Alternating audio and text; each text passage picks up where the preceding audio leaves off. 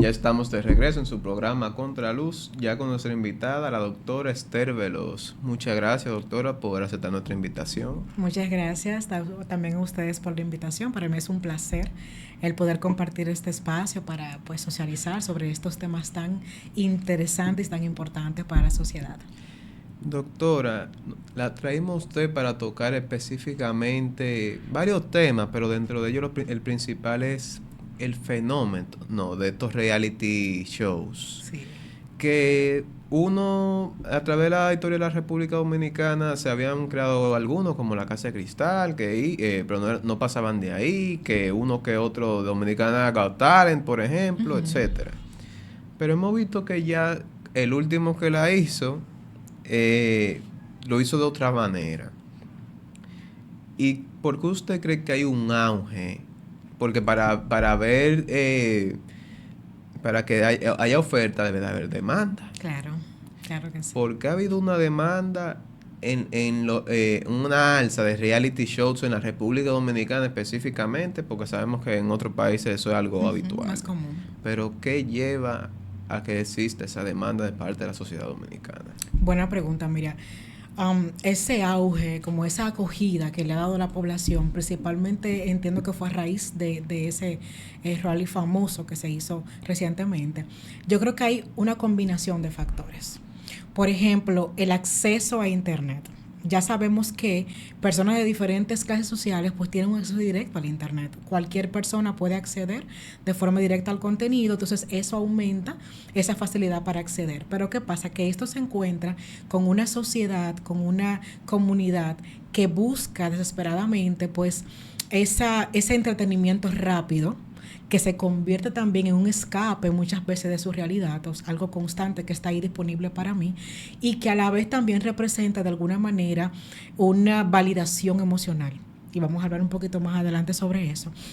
Entonces, en República Dominicana específicamente para este tiempo, pues vemos todas esas combinaciones de factores que hacen entonces que la persona como que diga, wow, tengo algo donde recurrir, voy a aprovecharlo, puedo acceder fácilmente desde cualquier dispositivo. El Internet en nuestro país, pues evidentemente que es bastante accesible. Entonces, una característica especial es que este tipo de shows conecta con lo que es la realidad social de nuestro país. O sea, hay cosas como el tema de los conflictos, la informalidad, que conecta con la realidad social. Entonces ya eso provoca que se cree como un tipo de validación social, que entonces hace que el auge pues tenga ese boom que hemos visto ya en los últimos tiempos. Sí, totalmente de acuerdo con eso, que es más porque sienten un sentido de pertenencia con ese reality. Y más porque si ven alguno de otro país, le puedo asegurar que lo dejan a los 5 minutos. Sí, porque es diferente. O sea, no comparten la realidad, evidentemente, que se muestra. Además que, doctora, ¿usted cree que, esta es una pregunta corta, ¿usted cree que los organizadores de este reality saben específicamente eso que usted acaba de poner? Yo pienso que sí, porque son asesorados. O sea, generalmente las personas que están en esta organización no son personas que están improvisando, tienen mucho tiempo trabajando con ese tipo de población en diferentes contextos y reciben también asesoría, porque usted sabe que la psicología está involucrada en todo lo que hacemos, sobre todo cuando queremos crear un enganche. Entonces pienso que es bien pensado, que es quizá algunas estrategias que uno posiblemente ni siquiera percibe, pero que sí se busca y es un objetivo muy, diríamos, direccionado. Sí, además que de haber seleccionado un casting específicamente con las características que ellos buscaban y la dinámica también que buscaban. Y si bien es cierto que es un reality, pero no deja de ser una cosa que lleva un guión de por medio, un que tiene propósitos y objetivos. Que cualquier pela que usted quizá vio que era algo del momento, era algo que estaba planificado. Posiblemente. Pero ¿por qué la gente se queda tan apegada a esto? Hay ciertas personas que se quedan apegadas. Porque yo conocí a gente que quizá veían un clip de eso y lo veían y se reían en punto, pero habían personas que se quedaban mirando, inclusive cuando ellos estaban durmiendo a las 3 de la mañana. Habían como 200,000 personas, 50,000 conectadas. Sí, increíble. Mira, hay muchas cosas que influyeron para esto. Por ejemplo, en este caso era algo que era en vivo. Y eso le daba como esa sensación de emoción a las personas de saber lo que está pasando en este momento. Algo también que ellos supieron hacer fue que le dieran participación al espectador. O sea, no solamente estoy viendo lo que está pasando, sino que yo tengo una participación emocional, donde yo comento, y económica, donde yo siento que de alguna manera estoy tomando decisiones, donde yo fortalezco, como tú decías al principio, el sentido de pertenencia, de que de alguna manera yo también soy parte de lo que está pasando allí. O sea, entiendo lo que pasa, hablan mi idioma y me hacen parte de lo que está ahí. Entonces, eso causa ese enganche emocional que posiblemente fue lo que hizo que se hiciera como hasta adictivo, diría yo, porque vi casos de personas que de alguna manera sentían necesidad de estar siempre conectados. Entonces son características sumamente importantes. También el tema de que ellos hablaban sin filtro fue algo como que también lo hizo diferente a los demás. O sea, eran temas que quizás socialmente tienen algunas restricciones, pero ellos traen aquí esta plataforma abierta donde hablo el idioma de esa población y entonces lo hablamos así y la gente pues me voy a enganchar porque aquí me siento entendida, me siento parte, siento que esta gente me entienden y están donde yo quiero estar, están en la cima. Entonces es como así, como ese sentimiento de pertenencia. Y usted como profesional del área de la salud, ¿qué vacíos o necesidades usted cree que tenga una persona que se quedó pendiente a eso y tenía una adicción a ese programa? Porque vamos a hablar claro, quizá habían personas que lo veían pero no tenían ninguna necesidad de recurrir a verlo y podían olvidarse de eso, o veían un clip pero tampoco ese clip le iba a llamar a entrar en el en vivo, pero habían personas que se quedaban pegadas, que inclusive dejaban todo lo que tenían que hacer para adentrarse en esa realidad virtual, por así decirlo. Y no solamente dejaban lo que tenían que hacer, personas que continuaban con su día a día haciendo las cosas de forma paralela mientras disfrutaban el show. Y eso fue un fenómeno bastante interesante. Y claro está que hay procesos psicológicos que se activan, que son muy básicos, como el tema de la curiosidad, ¿verdad? ¿Qué está pasando en este momento? El tema del morbo, que se genera como esa curiosidad intensa por lo prohibido, por lo que la gente cuestiona, pero también hay muchas personas espectadoras que de alguna manera proyectaban sus frustraciones, proyectaban sus anhelos, sus conflictos no resueltos en los participantes, que evidentemente no es un secreto para nadie que su conducta también en muchos momentos era bastante cuestionable. Entonces yo proyecto eso y de alguna manera volvemos y repetimos otra vez el tema de la sentirme identificado y sentimientos, ese sentido de pertenencia, que es algo básico en el ser humano, ¿verdad? De yo necesitar sentirme parte de, que también entonces ahí pues de alguna manera se da como ese enganche y la persona entonces siente esa necesidad.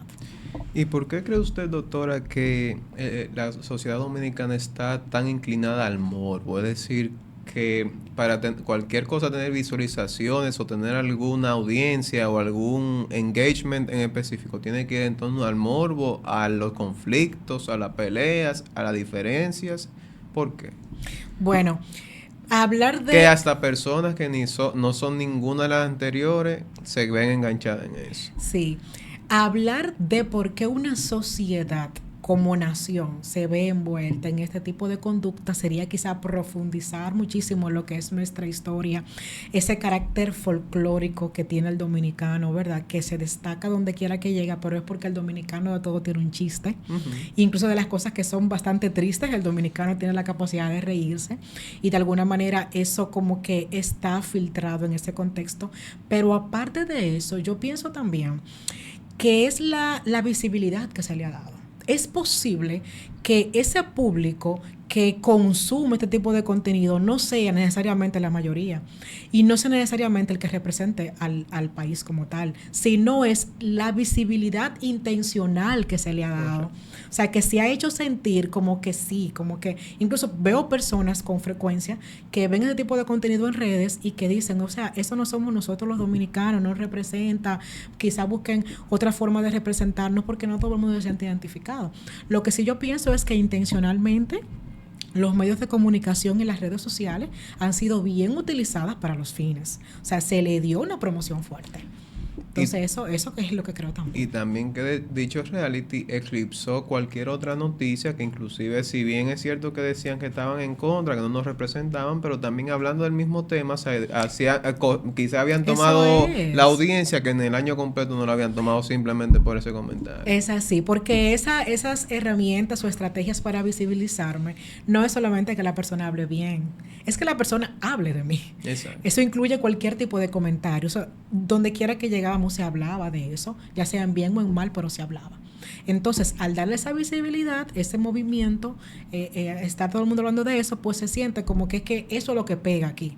Pero fue que se pensó bien en la promoción que se le hizo. Pero me preocupó mucho, doctora, que yo escuché diversas personas que hablaban de Esther como que yo conocí a Esther de toda la vida, como que éramos personas íntimas, es decir, de los personajes del mismo reality. Okay. Escuchaba muchas personas que hablaban como si lo conocieran la vida entera, como que si ya simplemente por pasarse 30 días viéndolo sabían quiénes eran, cómo pensaban, qué les gustaba, qué no les gustaba. Mira, una de las cosas que hizo este show fue que banalizó la intimidad. La intimidad es un concepto y un factor muy importante, yo diría que hasta sagrado, en las interacciones humanas.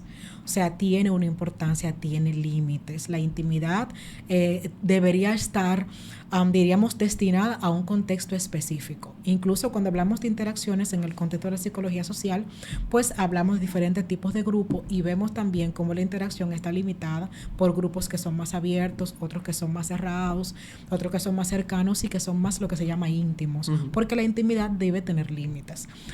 Banalizar la intimidad es quitarle la importancia o decir esto no tiene que cuidarse, porque se expuso de manera intencional la intimidad durante mucho tiempo. Entonces, ciertamente hay muchos aspectos que son planeados, pero es muy difícil mantener, diríamos coloquialmente, una careta durante tantos días. ¿Qué te quiero decir con esto? Que ciertamente ellos dejaron ver con frecuencia y de manera también intencional su forma de manejarse, su día a día.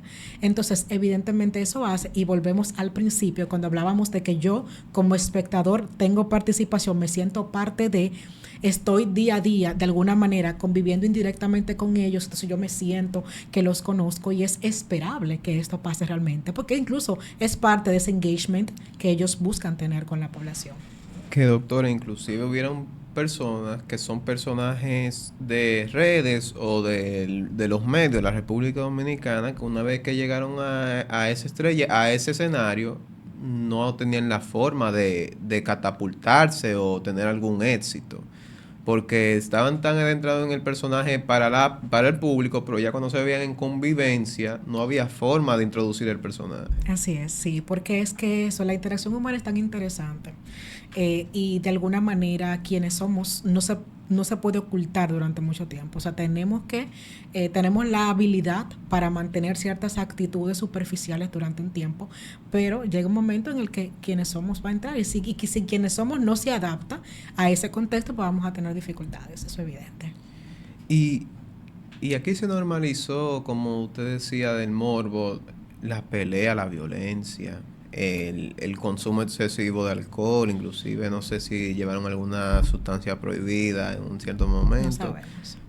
Pero yo pude ver, doctora, como que esto era como un Las Vegas. Es decir, ahí se podía hacer lo que fuera y ahí no había intervención de ni autoridades ni de nadie, a pesar de que estaba todo el mundo viendo y nadie se hacía, todo el mundo lo normalizaba. ¿Por qué? Palabra muy importante que acabas de utilizar, que para mí es el mayor riesgo, que es el tema de la normalización de las conductas insanas. Cuando yo promuevo, yo vendo agresión, conflicto, diríamos conducta disruptiva, lo vendo como entretenimiento, entonces eso es lo que pasa, que se normaliza. Recordando que es un elenco que viene de un contexto donde ya su realidad social lo ha normalizado. Por eso ellos ahí no están creando una realidad, están manifestando lo que ellos conocen. Las redes sociales se encargan de aumentar, o sea, de hacer como una lupa en cada, es como una combinación como escalonada, ¿verdad? Entonces, se vende como entretenimiento y eso lo que hace es que la persona se desensibilice y lo ve entonces como algo normal, como parte de. Y es un riesgo enorme porque el impacto que tiene esto en la vida de las personas que lo ven, hablamos de personas que están en desarrollo como adolescentes y jóvenes, que comienzan a ver esto como algo normal. Ya cuando se hizo una segunda edición fue que algunas autoridades comenzaron a intentar hacer eco de lo que estaba pasando y pedir una intervención, pero ya había pasado toda una temporada haciendo esto. Entonces vemos la necesidad de la regulación de lo que estamos consumiendo. Y claro, yo digo que es ambas partes. Correcto. ¿Por qué? Porque yo como productora de contenido, yo tengo que identificar que lo que yo hago tiene un alcance y el alcance se traduce a impacto. Y se supone que el impacto debe llevar consigo alguna cuota de ética. Entonces yo tengo que tener conciencia social del impacto que estoy haciendo en la población, pero también los organismos correspondientes deberían de alguna manera hacer su función de regular, de supervisar. No esperar, y esto no era un secreto para nadie, lo que estaba pasando ahí se hizo eco desde el primer día, desde el día 1. Entonces, no tenemos nosotros quizá la información suficiente para decir por qué no intervinieron. No tenemos información, ¿verdad? Pero sí se entiende que hay intereses de por medio, claro. Así es, doctora. Vamos a estar entrando en una pausa comercial y pronto regresamos con su entrevista en A Contraluz.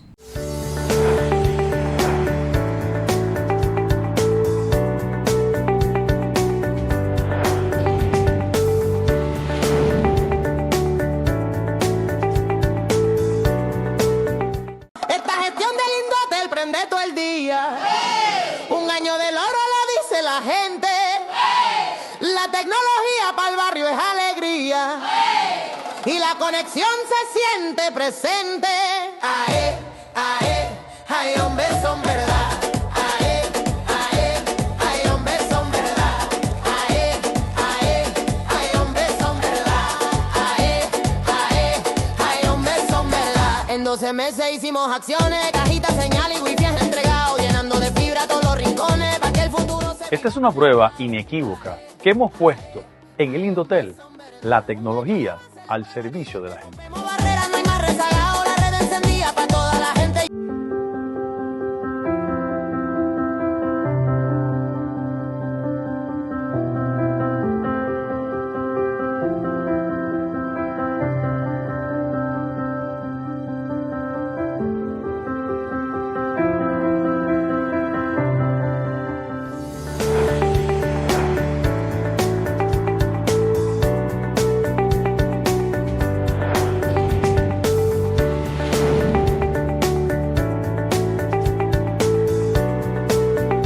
Ya estamos de regreso en su entrevista en su programa Contraluz con la doctora Esther Veloz.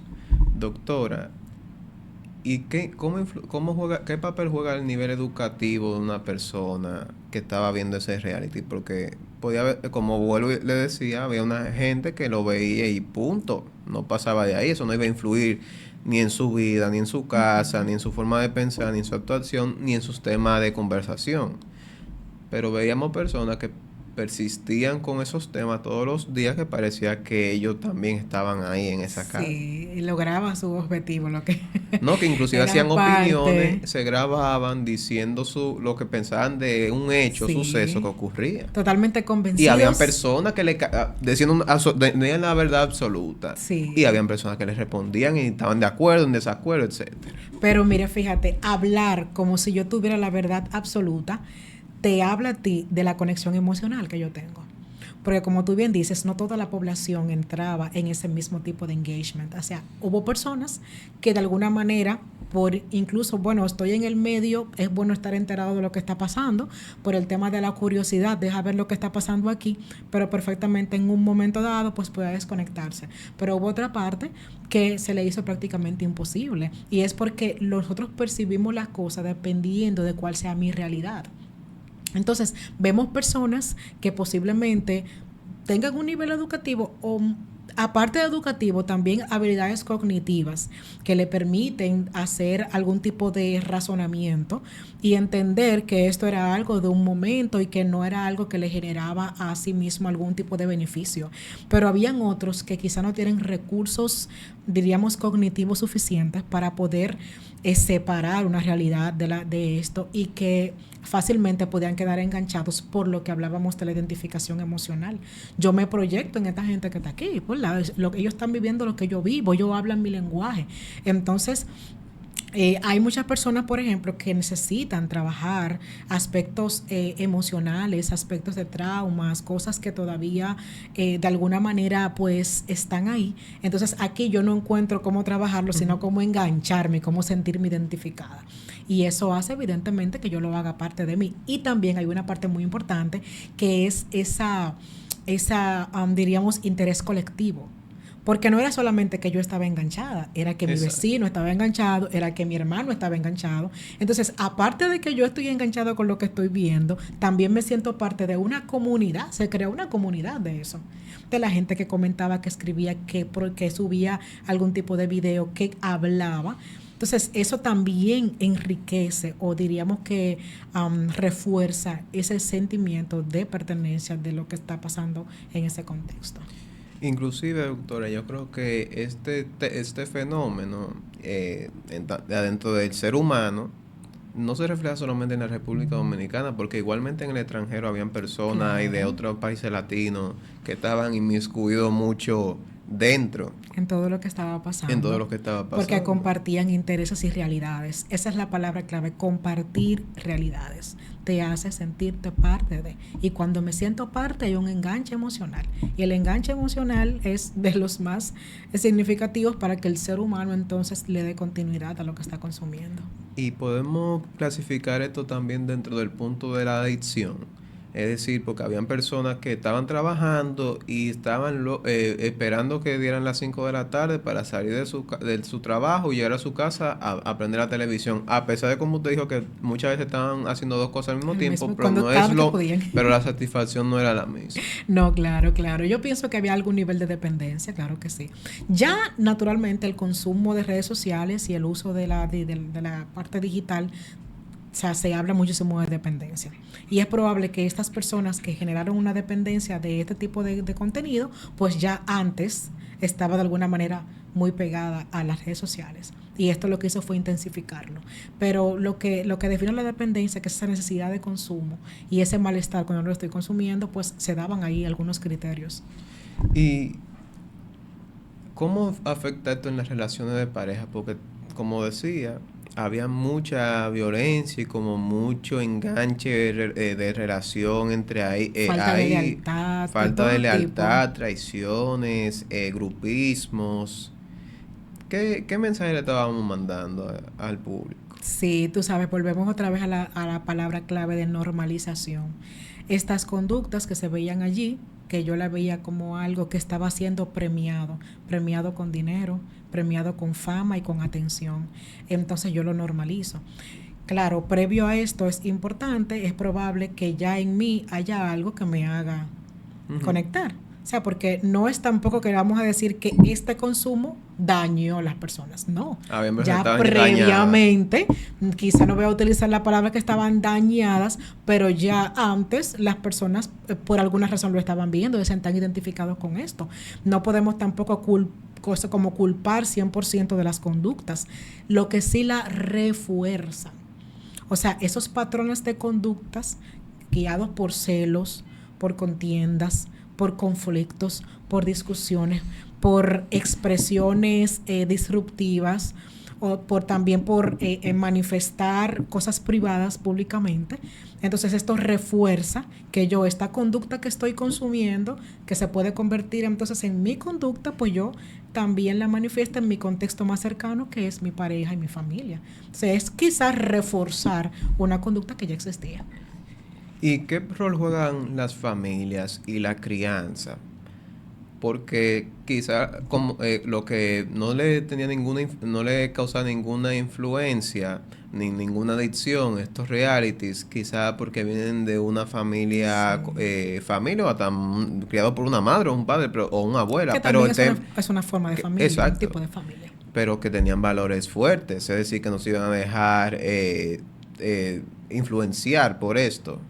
Pero vemos que también hay muchas familias que hasta la madre estaba metida en eso. sí. Y la hija igual, y la tía. Y entonces ahí sí nos sentíamos parte de etcétera. Pero ¿cómo influye eso? Porque no solo me limito al reality, sino a cualquier tipo de exceso, de adicción. Sí, el rol de la familia es fundamental en el desarrollo de la personalidad del individuo.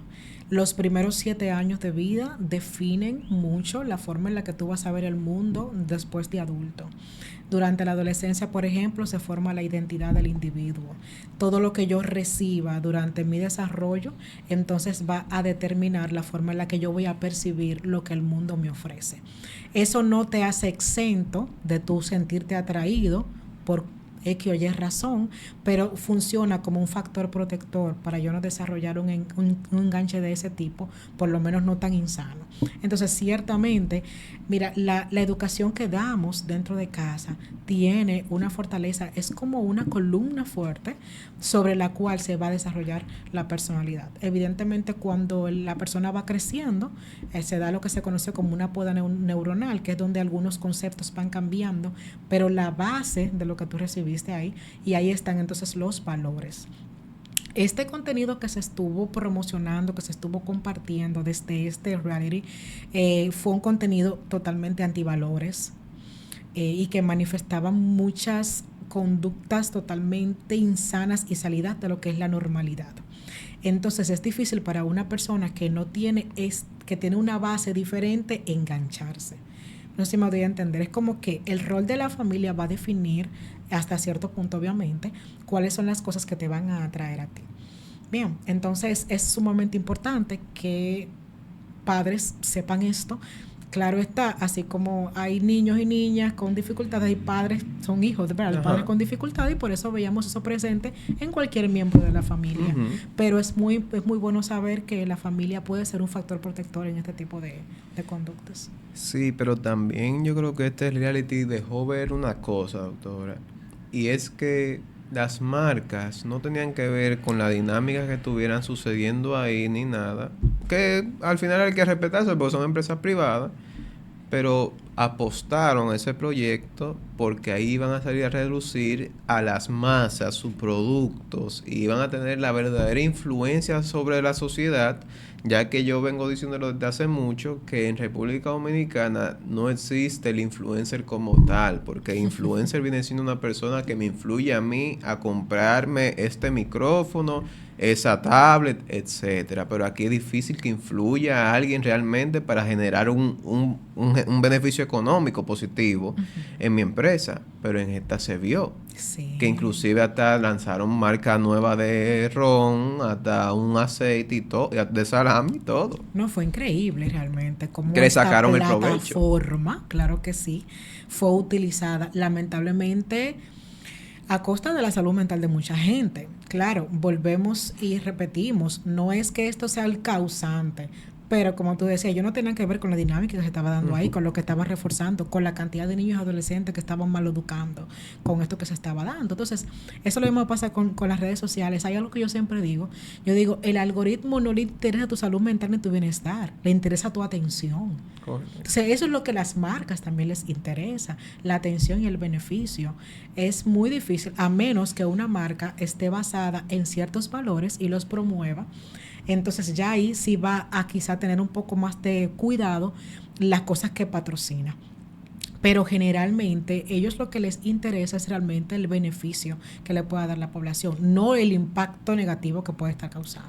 Lo hablaba con un amigo, eso que usted acaba de mencionar, de misión y valor, que muchas empresas lo tienen ahí porque el papel lo De aguanta lujo. todo, de lujo. Mientras hay otras que los refuerzan. Sí. Y ese es su lema y su cultura y todo, y es como una Biblia.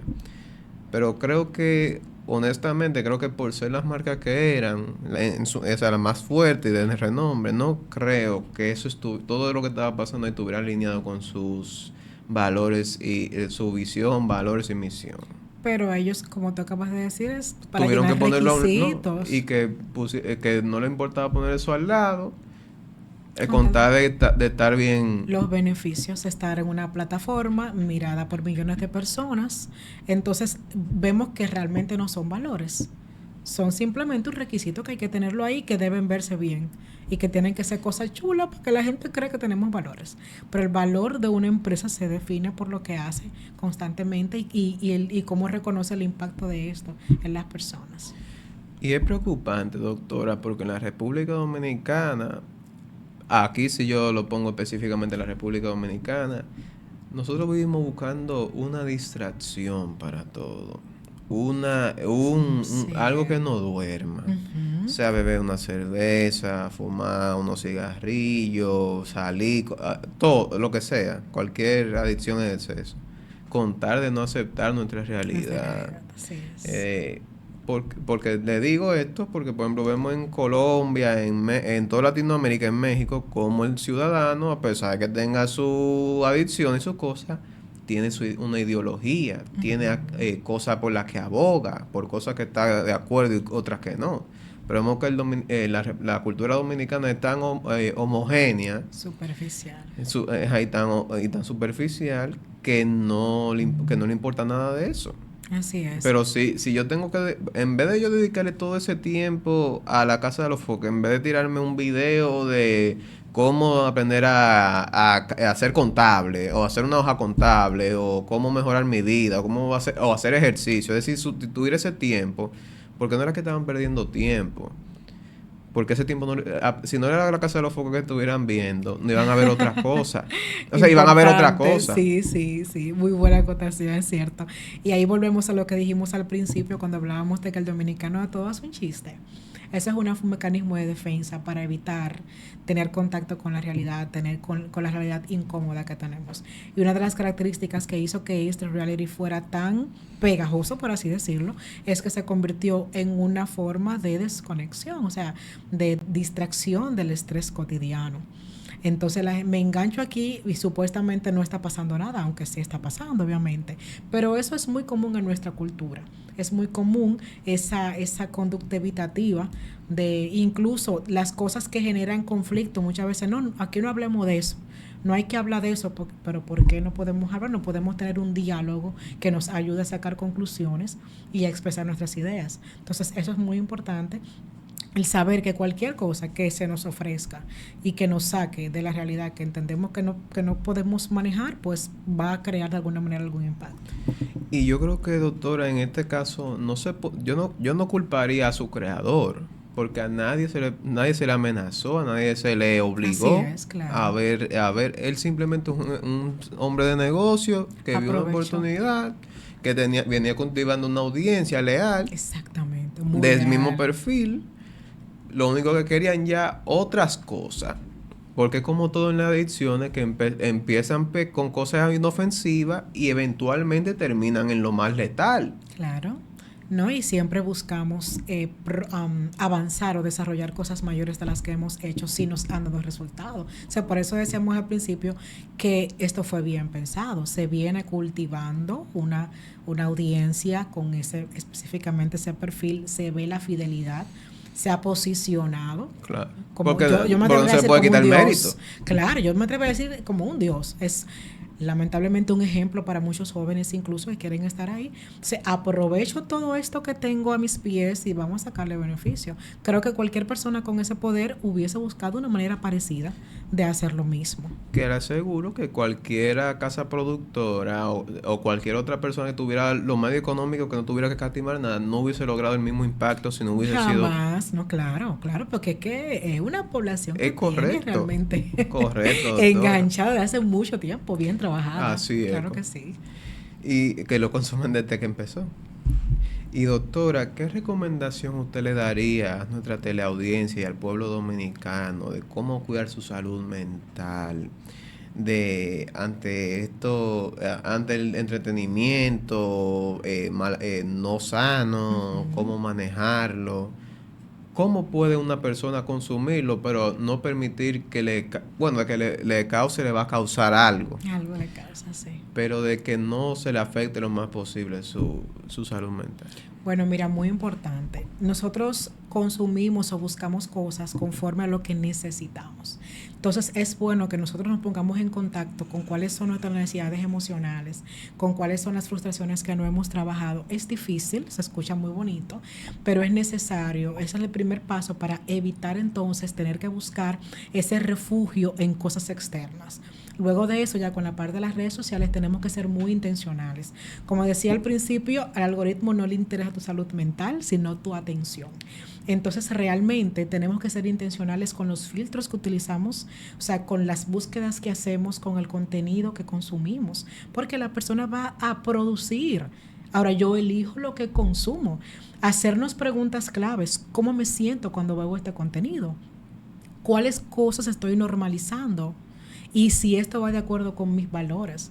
O sea, podemos primero definir una identidad, definir valores claros y guiarnos entonces en esa línea por cuáles son esos valores que yo voy a identificar entonces que van de acuerdo con los míos y qué es lo que yo voy a consumir. Porque hay una realidad que no podemos ignorar y es que lo que nosotros consumimos es como la alimentación física, es lo que nos va a alimentar y en su momento pues también va a dar frutos que son las conductas y las emociones. Hay personas que tienen un estado emocional realmente difícil de sobrellevar, pero incluso en psicoterapia lo primero que hacemos es evaluar qué es lo que está consumiendo, qué es lo que está viendo, cuál es su entorno físico, pero también cuál es su entorno digital y tratar de reducir. ¿Por qué?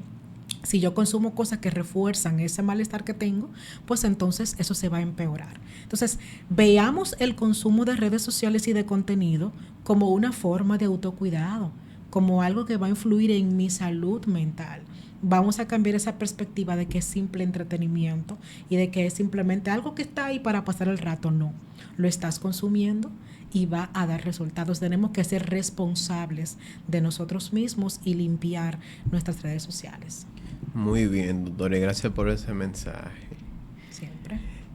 Bueno, gracias por haber venido, doctor, y haber ilustrado a nuestra teleaudiencia con toda esta cosa que mayormente la dejamos pasar y no nos sentamos en un momento a reflexionar de qué me hizo o qué le está haciendo las personas. Así es, para mí es un placer, de verdad, estoy siempre a sus órdenes y pues nada, espero poder seguir en contacto.